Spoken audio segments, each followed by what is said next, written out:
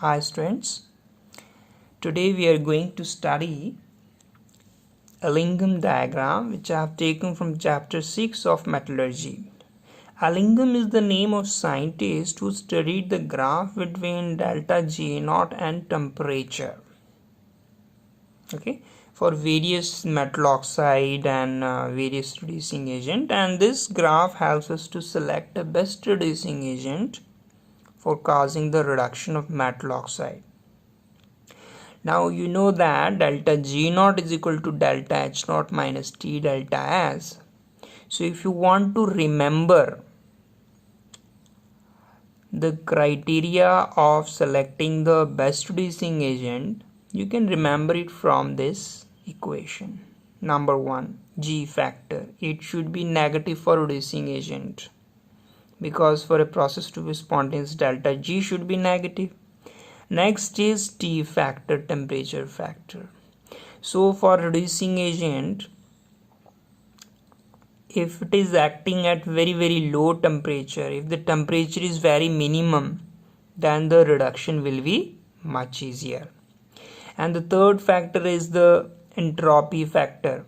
If the entropy factor is positive, okay, if the randomness is increasing, then the delta G will become negative, so the reduction process again becomes very easy.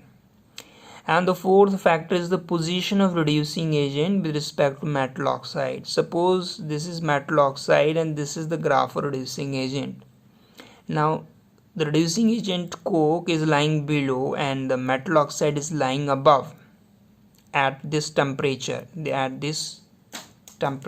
T.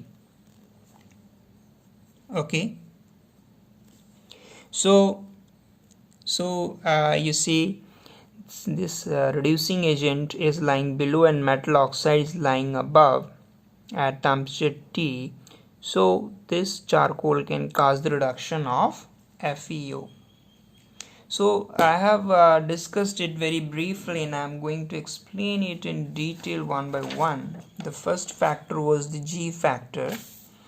And you see, for a process to be spontaneous, the value of delta G should be negative, as I've already told you. If the value is above 0 or positive, then the process is non-spontaneous. To study this, I'm going to give you one example. The factor G explanation I'm giving. This is the equation, and the graph of delta G naught with respect to T in this graph, this line represents for this equation, and this line shows that delta G naught is 0, and at temperature T there is point of cross section which divide this line into two parts. Say part P, for which the value of delta G naught is negative with respect to this line, and for part P the value of delta G naught is positive, it is going above now. So it is very much clear that this equation MO plus O2 MO2, here the value of delta G naught is negative, so the process will become spontaneous, but the reverse reaction will become non-spontaneous. And in part Q, the value of delta G naught is positive, so this equation MO plus MO2 MO plus O2 MO is not possible, it is non-spontaneous, but the reverse reaction will be spontaneous, because here the value of delta G becomes negative for this. So overall conclusion, we got that the value of delta G should be negative for a reducing agent.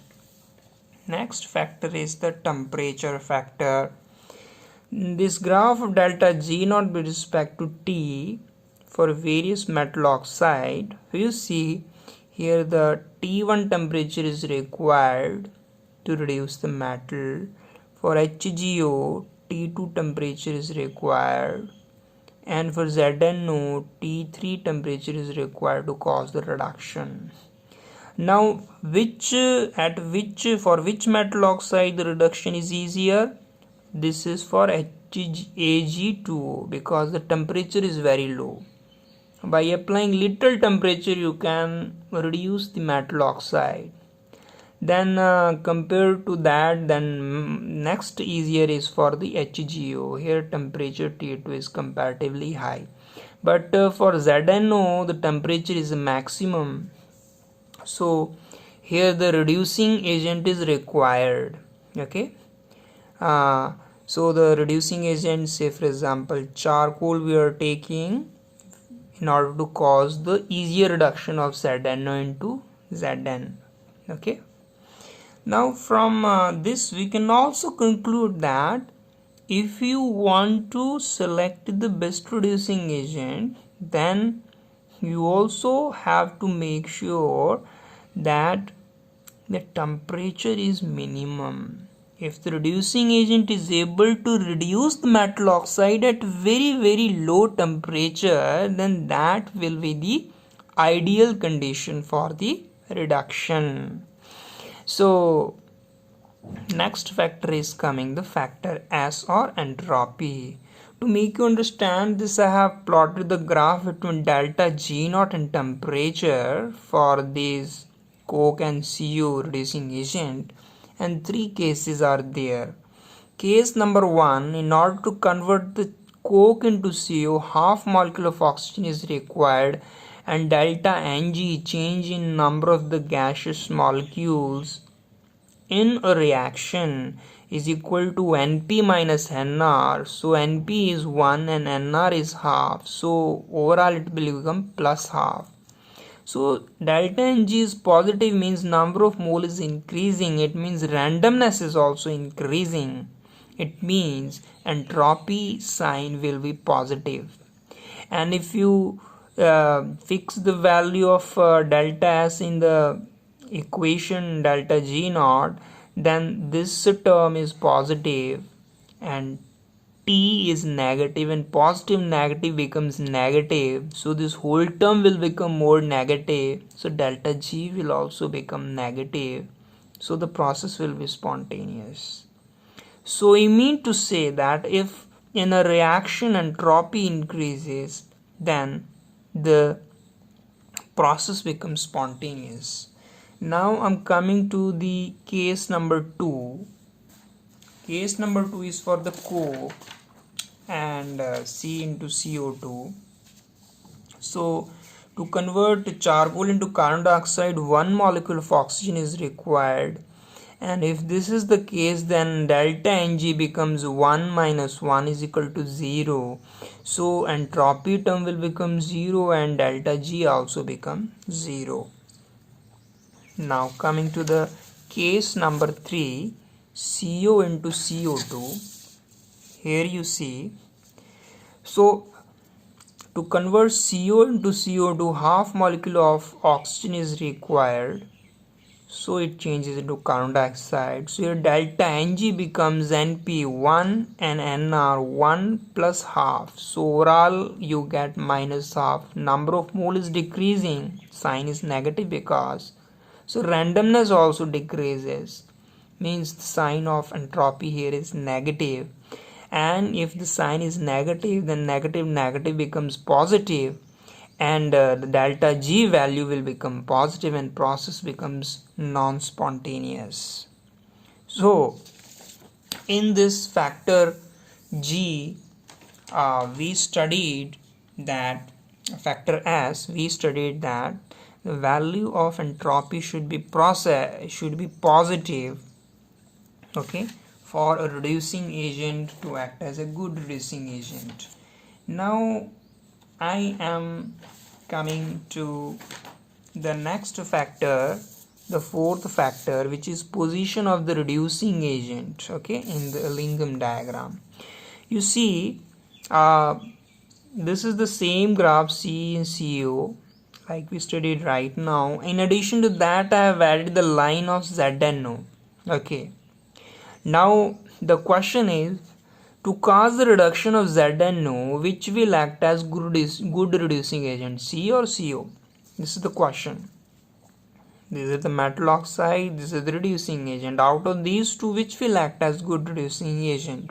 Okay, now I told the memory trick for this is that metal oxide placed higher in the Ellingham diagram can be reduced by the element placed lower in the Ellingham diagram. So the metal oxide is always high here, and the element or the reducing agent, they are all below. Okay, so all these carbon, coke as well as CO can cause the reduction of ZNO, but there is competition. Which one is better out of C and CO? So you have to see the delta G is negative, the first factor I was discussing. Okay, first factor, delta G factor. So delta G factor is maximum negative for the coke here in this case. And second, I was talking the low temperature. There are three temperatures, T1, T2, T3 for these reducing agent to act as good reducing agent. So the minimum temperature is T1.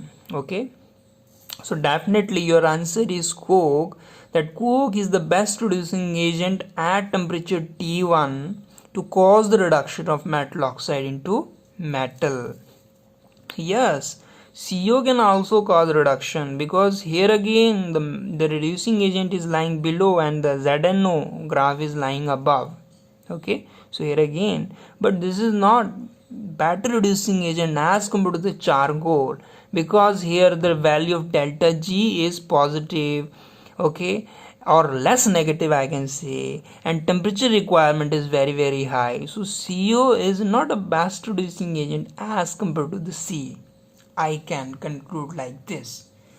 Now after overall study of all this factor, I'm giving one question which will further clarify all your doubts. This is the same graph C and CO which I was discussing before, and this additional dark line graph is for FeO. Now the question is, out of C and CO, which is the best reducing agent, and under two conditions: below temperature T, which is the best reducing agent, and above temperature T, which is the best reducing agent. Now you see, below temperature T, the graph of CO is lying below and the graph of metal oxide is lying above. So yes, at below T, CO can act as good reducing agent. Now above temperature T, the graph of metal oxide is lying below and graph of CO is lying above. So CO cannot cause reduction of FeO. So which can cause? Charcoal can cause, because the graph of charcoal is below and metal oxide is above. At which temperature? Above T temperature. So above T temperature, not CO but C will act as good reducing agent for causing the reduction of metal oxide. Hope you all got it. Thank you.